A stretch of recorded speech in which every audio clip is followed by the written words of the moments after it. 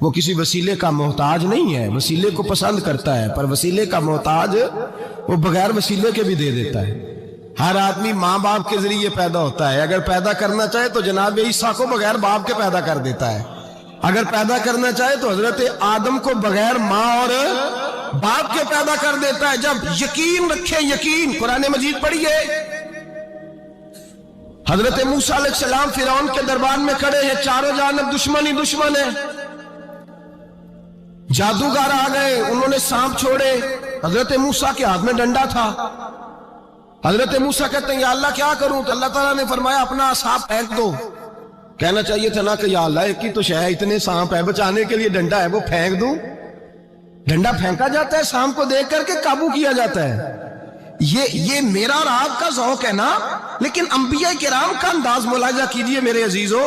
اللہ فرماتے ہیں ڈنڈا، اے موسیٰ ڈال دے اپنا عصا۔ پہلے نہیں فرمایا کہ سانپ بن جائے گا، فرمایا بس تو ڈال دے۔ میں اور آپ ہوتے ہیں تو سام سامنے ہے، ڈنڈا ہاتھ میں ہے، ہم کہیں گے عجیب بات ہے، یہی تو دفاع کی چیز ہے، اسی کو ڈال دوں تو بچوں گا کیسے؟ کہا ڈال دو، تو حضرت موسیٰ نے ڈال دیا، کہا میرے رب کا حکم ہے تو میرے لیے بہتر ہی ہوگا۔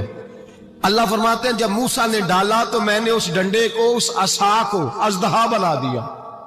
اب کبھی عصا بھی اژدہا بنے، کبھی چھڑی بھی بہت بڑا اژدہا بنی ہے، لیکن قرآن کہتا ہے جناب موسیٰ نے ڈالا تو اللہ نے اژدہا، بلکہ اس سے پیچھے چلیے، عورتیں کمزور یقین کی ہوتی ہیں نا۔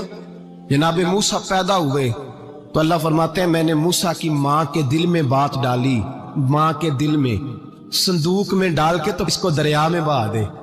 اور بھائی صندوق میں کہہ سکتے ہیں نا آکسیجن کیسے جائے گی، اور دریا میں بچے بچنے کے لیے ڈالے جاتے ہیں کہ ڈوبنے کے لیے ڈالے جاتے ہیں؟ ماں کے دل میں یقین کمزور نہیں تھا ماں کا۔ انبیاء کے ماں باپ موحد ہوتے ہیں، دین کو ماننے والے، ماں کے دل میں اللہ نے باپ، اللہ قرآن میں کہتے میں نے وحی کی، میں نے القاء کیا، میں نے بات ڈالی۔ حضرت موسیٰ کی ماں کہتی ہے میں نے ڈال کے نا سمندر میں بیٹا، میں نے سمندر میں بیٹا ڈال کے صندوق میں بند کر کے رب کے حوالے کیا۔ آپ فرماتے ہیں میرے مالک کا بھروسہ کیا تو پھر میرے مالک کا کام دیکھو، کمال دیکھو، میں نے دریا میں ڈالا، اللہ نے فرعون کے گھر میں میرے بیٹے کی پرورش کرا دی۔ یہ یقین کہ حضرت موسیٰ کے پاس قوم آئی، قرآن پڑھیے، کہ جناب پانی چاہیے، وَإِذِ اسْتَسْقَىٰ مُوسَىٰ لِقَوْمِهِ، موسیٰ نے اپنی قوم کے لیے پانی مانگا، ہم نے کہا فَانْفَجَرَتْ مِنْهُ اثْنَتَا عَشَرَةَ عَيْنًا، اپنا ڈنڈا پتھر پہ مارو۔ عقل والا آدمی ہوتا تو اڑ جاتا، کہتا یا اللہ پتھروں سے بھی کبھی پانی نکلا ہے؟ اضرب بعصاک الحجر، مارو پتھر پہ ڈنڈا۔ اللہ کے نبی نے منٹ نہیں لگایا، آ کر کے ڈنڈا لگایا۔ فَانْفَجَرَتْ مِنْهُ اثْنَتَا عَشَرَةَ عَيْنًا، اللہ فرماتے ہیں جناب موسیٰ نے ایک عصا مارا، میں نے 12 چشمے جاری کر دیے۔ تو لے تو اللہ کرتا ہے، اللہ کہتا ہے پڑھ نماز روزی دوں گا، کہتا ہے سوچتا ہوں۔ اللہ فرماتا ہے آجا مسجد میں تیرا ہو جاؤں گا، کہتا ہے دیکھتا ہوں۔ رب فرماتا ہے تو میرے محبوب کی غلامی کر، میں تجھے محبوب بنا لوں گا۔ تو کہتا ہے تھوڑا بڑا ہو کے داڑھی رکھنی ہے، ابھی سیانا ہو کے میں ذرا سرٹیفکیٹ لے لوں اسرائیل سے کہ کتنے سالوں کے بعد آئیں گے، پھر شروع کروں گا۔ پروگرام بنا رہا ہے، ابھی تو ارادے میں ہے۔ اللہ کے پیغمبر کا ڈنڈا، اور اس سے زیادہ آگے بات ہو گئی، پیچھے فوج لگی ہوئی ہے فرعون کی، مجمع ہے، ہزاروں لاکھوں کا لشکر لے کے، تلواریں، نیزے، فرعون پیچھے، آگے دریا آ گیا۔ حضرت موسیٰ علیہ السلام کھڑے ہیں، اب کدھر جائیں؟ اللہ پاک نے فرمایا مارو ڈنڈا۔ کہاں؟ پانی پہ ڈنڈا مارو۔ اب حضرت موسیٰ علیہ السلام پانی پہ ڈنڈا مارے تو پانی ابھرے گا، اس سے زیادہ کیا ہوگا؟ پہلے پتھر پہ ڈنڈا مروایا تو پانی نکلا، اب پانی پہ ڈنڈا مروایا، فَإِذْ فَرَقْنَا بِكُمُ الْبَحْرَ فَأَنْجَيْنَاكُمْ وَأَغْرَقْنَا آلَ فِرْعَوْنَ۔ اللہ فرماتے ہیں موسیٰ نے پانی پہ ڈنڈا مارا تو میں نے پانی میں رستے بنا دیے۔ ایک جگہ ڈنڈا مارا تو پانی نکل آیا، دوسری جگہ عصا مارا تو پانی خشک ہو گیا، 12 چشمے بن گئے، 12 رستے بن گئے دریا میں سے۔ حضرت موسیٰ علیہ السلام گزر گئے، اور اللہ فرماتے ہیں فرعون بھی آیا تو اسے میں نے غرق کر دیا، اور وہ کھڑا دیکھتا ہی رہ گیا کہ بنا کیا ہے۔ یہ تو بات ہے حضرت موسیٰ کی، میرے مصطفیٰ کے غلام حضرت سعد بن ابی وقاص قادسیہ کی جنگ کے لیے نکلے، رستے میں دریائے نیل آ گیا۔ حضرت سیدنا سعد بن ابی وقاص اب کہاں سفر طے کر کے آئے، کہتے ہیں پتہ ہی نہیں تھا کہ دریا آ جائے گا، اب دور دور تک پل کوئی نہیں، صحابہ کہتے ہیں دشمن للکار رہا، حضرت سعد بن ابی وقاص دریا کنارے کھڑے ہوئے، ایمان، یقین اور استقامت، ڈٹ گئے، کہنے لگے او دریا، اگر تو حضرت موسیٰ کی نافرمان قوم کو رستہ دے سکتا ہے۔ اور جب گیا نا تو حضرت سعد بن ابی وقاص نے پھر مجمع پہ نظر ڈالی، فرمایا کسی کی کچھ ہے تو نہیں رہ گئی پانی میں، کوئی دریا میں چیز تو نہیں رہ گئی؟ ایک صحابی کہنے لگے میرا مٹی کا پیالہ رہ گیا ہے۔ یار ذرا دیکھیے انداز دیکھیے، مٹی کا پیالہ، او یار چھوڑ پرا، مٹی کا پیالہ کیا ہوتا ہے؟ اب تو مٹی کے پیالے کی بات کرے گا، چھوڑ دے، کیا کرتا ہے؟ اس نے کہا پیالہ میرا رہ گیا ہے۔ تو حضرت سعد بن ابی وقاص کہنے لگے کیوں ہمارا پیالہ رہ جائے، ہم رسول اللہ کے نوکر ہیں۔ ایمان، یقین اور استقامت کی دولت، پھر دریا کی طرف دیکھا، کہنے لگے چل یار ہمارا پیالہ بھی واپس کر دے۔ صحابہ کہتے ہیں دریا کی لہر آئی اور پیالہ بھی واپس کر دی۔ اور میرے بھائی، جب ایمان کی دولت، یقین کی دولت، اعتماد کی دولت، جو بابا کہتا ہے نا کہ معاذ اللہ تعالیٰ الو کا خون لے آؤ اور شیر کی کھلڑی لے آؤ، میں کالا پیلا نیلا جادو کروں گا، اس پر لوگ دوڑ کے جاتے ہیں، 50-60 ہزار روپیہ بھی دے آتے دوڑ کے۔ اور اگر کہا جائے کہ مسجد آؤ 4 رکعت نماز پڑھو، حاضری دو مسجد کی، تو کہتے ہیں معرفت والے ہیں، معرفت والے نمازیں نہیں پڑھتے۔ وہ کون سی معرفت ہے؟ یہاں اللہ کی بارگاہ میں جھکنے کا، چونکہ یہ لیٹ ہے نا، یہ پتہ نہیں جنت میں جا کے ملے گا، کب ملے گا، معاذ اللہ۔ لوگ دنیا داری کے معاملے میں پس جاتے ہیں، حکمران نے وعدہ کر دیا ہے سڑکیں پکی ہو جائیں گی، خوشحالی ہو جائے گی، موجیں لگ جائیں گی، لوگ لائنوں میں کھڑے ہیں ووٹ دینے کے لیے، اور تیرے رب نے کہا ہے تو مجھ سے ڈر جا، میں تیری دنیا بھی اچھی کر دوں گا، آخرت بھی اچھی۔ رکھا حضرت فاطمہ کی بھی 6 اولادیں با اختلاف روایات بیان کی گئی ہیں، 3 بیٹے تھے اور 3 بیٹیاں تھیں۔ 3 بیٹے تھے، امام حسن، امام حسین اور امام محسن۔ امام محسن کا جلدی انتقال ہو گیا چھوٹی عمر میں، اس لیے زیادہ تذکرہ نہیں۔ باقی 2 شہزادیاں بھی ذرا جلدی رخصت ہو گئیں، جناب زینب موجود رہیں، کربلا تک گئیں، اس لیے ان کا تذکرہ زیادہ کتابوں میں ملتا ہے۔ حضرت فاطمہ سب سے چھوٹی تھی، نبی پاک کے ساتھ وقت گزارا، قرآن مجید نے اس گھر کی محبت ہم پر فرض قرار دے دی۔ لا اسألکم علیہ اجرا الا المودۃ فی القربى، فرمایا محبوب ان سے کہہ دو کہ میں تبلیغ پر تم سے کوئی اجر نہیں مانگتا، ہاں میرے اہل بیت سے پیار کرتے رہنا، میرے گھر والوں سے پیار کرتے رہنا۔ اور حضور نے فرمایا الفاطمہ تو بدعۃ منی، فرمایا فاطمہ میرے جگر کا ٹکڑا ہے، جس نے میری بیٹی فاطمہ سے پیار کیا اس نے مجھ سے پیار کیا۔ اور یہ بخاری مسلم ہے، مشکات ہے، فرمایا جس نے میری بیٹی سے بغض رکھا اس نے مجھ سے بغض رکھا۔ کل نمازیں پڑھے نا، بالغ ہونے سے لے کر کل نمازیں، بالغ ہونے سے لے کر کل نمازیں پڑھے۔ لو بڑی بات کرنے لگا ہوں، رمضان کا پہلا جمعہ ہے، بالغ ہونے سے لے کر کوئی نماز قضا نہ کرے، اور جب ہر سال بالغ ہونے کے بعد حج آئے تو حج بھی کرے، ہر سال رمضان آئے تو روزے بھی رکھے، ہر سال زکوٰۃ بھی دے، غریبوں کی مدد بھی کرے، میٹھا بھی بولے، خلوص بھی رکھے، رویے بھی ٹھیک رکھے، پر نبی پاک کے اہل بیت سے پیار نہ کرے تو ان ساری نیکیوں کے باوجود جب مرے گا تو بے ایمان مرے گا، بے ایمان مرے گا، بے ایمان۔ اور اگر اہل بیت نبوت کے ایمان پر مرے گا تو من مات علی حب آل محمدن مات شہیدا۔ حضور نے فرمایا، امام رازی نے حدیث لکھی ہے، فرمایا جو میرے گھر والوں سے محبت کرتا ہوا مر گیا وہ سادی موت نہیں مرا، اللہ نے اسے شہادت کا درجہ عطا فرمایا۔ تو سب سے پہلی بات یہ کہ حضرت فاطمہ سے، نبی پاک کے اہل بیت سے پیار کرنا یہ ایمان کا حصہ ہے، یہ ضروری ہے۔ ایک بات یہ ہے کہ ان سے محبت، اور دوسری بات یہ ہے کہ کسی کی محبت جو ہوتی ہے نا، اس کا معنی یہ نہیں کہ آپ کو کسی سے پیار ہو گیا تو آپ اس کے دشمن تلاش کرنے شروع کر دیں، بلکہ جس سے محبت ہوتی ہے تو محب کا دل کرتا ہے کہ میرے محبوب سے ساری دنیا ہی پیار کرے۔ اب عجیب فلسفہ ہے نا لوگوں کا، اہل بیت سے پیار کرتے ہیں تو سب سے پہلے اہل بیت کے دشمن تلاش کرتے ہیں، اور سب سے پہلے اہل بیت کے دشمنوں پہ گفتگو کرتے ہیں۔ تو میں کہتا ہوں بڑے بیوقوف ہو، دشمن نہ تلاش کرو، غلام تلاش کرو، پیارے تلاش کرو ان کے، یہ غلط ہے تمہارا انداز فکر۔ تو جناب فاطمہ الزہرا سے حضور نے بڑی محبت کی۔ حضرت خدیجہ الکبریٰ رضی اللہ تعالی عنہ فرماتی ہیں کہ بڑا پیار کیا نبی پاک علیہ السلام نے حضرت فاطمہ سے، چھوٹی تھی نا۔ ادھر حضرت عائشہ صدیقہ کہتی ہیں کہ نبی پاک نے بڑی محبت فرمائی۔ مشکات میں حدیث ہے،